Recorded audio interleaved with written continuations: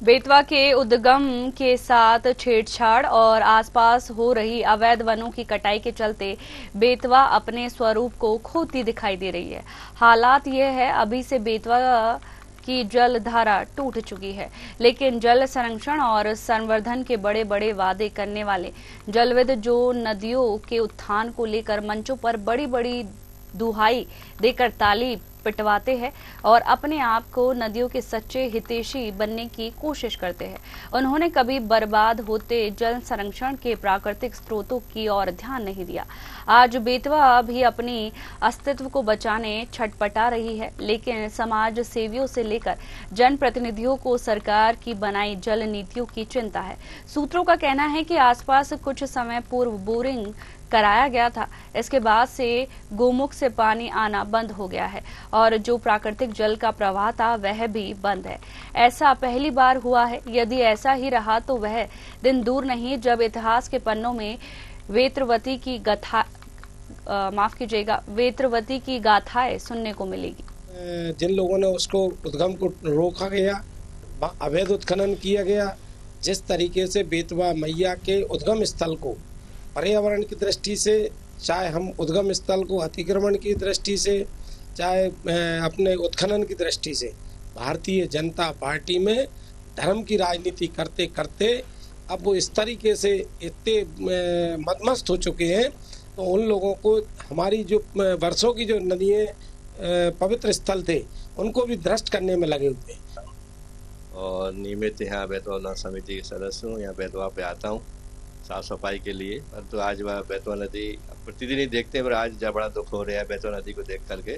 बेतवा नदी जो झिरी गांव से जो निकली है, वहाँ से बेतवा नदी की पूर्ण तरीके से धार टूट चुकी है और जगह जगह वहाँ से जो निकली है तो वहाँ से पहाड़ नुमा और टीले नुमा रूप में आ गई है। और जहाँ रगई गाँव पे भी देखा मैंने, वहाँ पे भी टीले रूप में है। आज जो स्थिति बन रही है, मार्च स्टार्ट हुआ है अभी, जबकि अभी मार्च अप्रैल मई तक इसको जीवनदानी है विदिशा की। परंतु लोगों को ये समझ में नहीं आ रहा है, नेता लोगों को भी समझ में नहीं आ रहा है। आज मतलब ये वो लग रहा है कि मतलब हाँ, जिस नगरी में विदिशा नगरी में श्री राम के चरण पड़े हुए हों, वो एक धार्मिक नगरी है। यहाँ पर बेतवा पे आने पर ऐसा लगता है वाकई में बहुत कोई इस नगरी पे आए हुए हैं। ये हमारे जिले विदिशा में आती है, तो विदिशा नगर का पूरा गंदा पानी बिना ट्रीटमेंट के 5 नालों के माध्यम से नदी में प्रवाहित हो रहा है। ये हम लोगों के लिए दुर्भाग्य की बात है। मैं आपके चैनल के माध्यम से जिम्मेदार अधिकारियों और जनप्रतिनिधियों से यही अनुरोध करूंगा कि माँ बेतवा के संरक्षण एवं संवर्धन में अपना योगदान दें।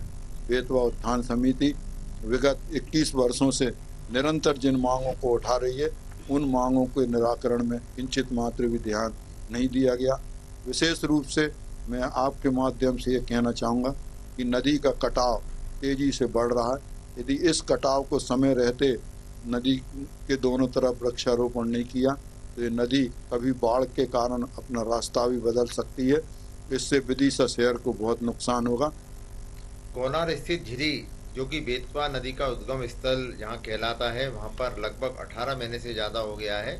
उसकी धारा खत्म हो गई है, पानी की धारा खत्म हो गई, जो अनवरत बहता रहता था। ये एक जांच का विषय है और उसके पीछे ही आसपास जो बड़े बड़े पेड़ लगे हुए हैं वो भी काटे जा रहे हैं। अगर जंगलों को इस तरीके से समाप्त किया और नदी को समाप्त कर दिया तो फिर हमारे पास रह ही क्या जाएगा। इसकी जांच होना चाहिए और बेतवा नदी का उद्गम स्थल, जो कि एक बहुत बड़ी हमारे लिए धरोहर है, उसको संरक्षित किया जाए। जहाँ कई सालों से बेतवा नदी के हालात खराब है और कितने लेटर पत्र सब लिखने के बाद भी कोई नहीं सुधार आया।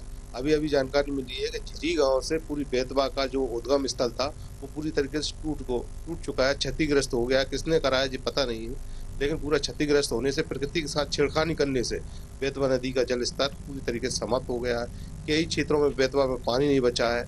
और जहाँ पे देखेंगे कि हमारे मुख्यमंत्री जी 18 साल मुख्यमंत्री रहने के बाद भी उनने बेतवा के लिए आज तक क्या किया है, ये बहुत बड़ा सवाल है। क्योंकि यहाँ से शुरू से ही वो राजनीति, उनका विदिशा कैरियर रहा है, राजनीति कैरियर शुरू विदिशा से किया है। उन्होंने आज तक क्या किया है बेतवा नदी के लिए, ये बहुत बड़ा सवाल है। विदिशा की पहचान माँ बेतवा जीवनदायिनी जो बेतवा है वो एक उद्गम से लेकर विदिशा तक पूरा दम तोड़ चुकी है। आप देख सकते हैं यहाँ पूरी नदी में सूखी हुई है, यहाँ पे किसी तरह का कोई पानी नजर नहीं आ रहा है। लाखों लोगों की प्यास बुझाती है यह नदी, इसके बावजूद भी इसका जलस्तर पूरी तरह सूख चुका है।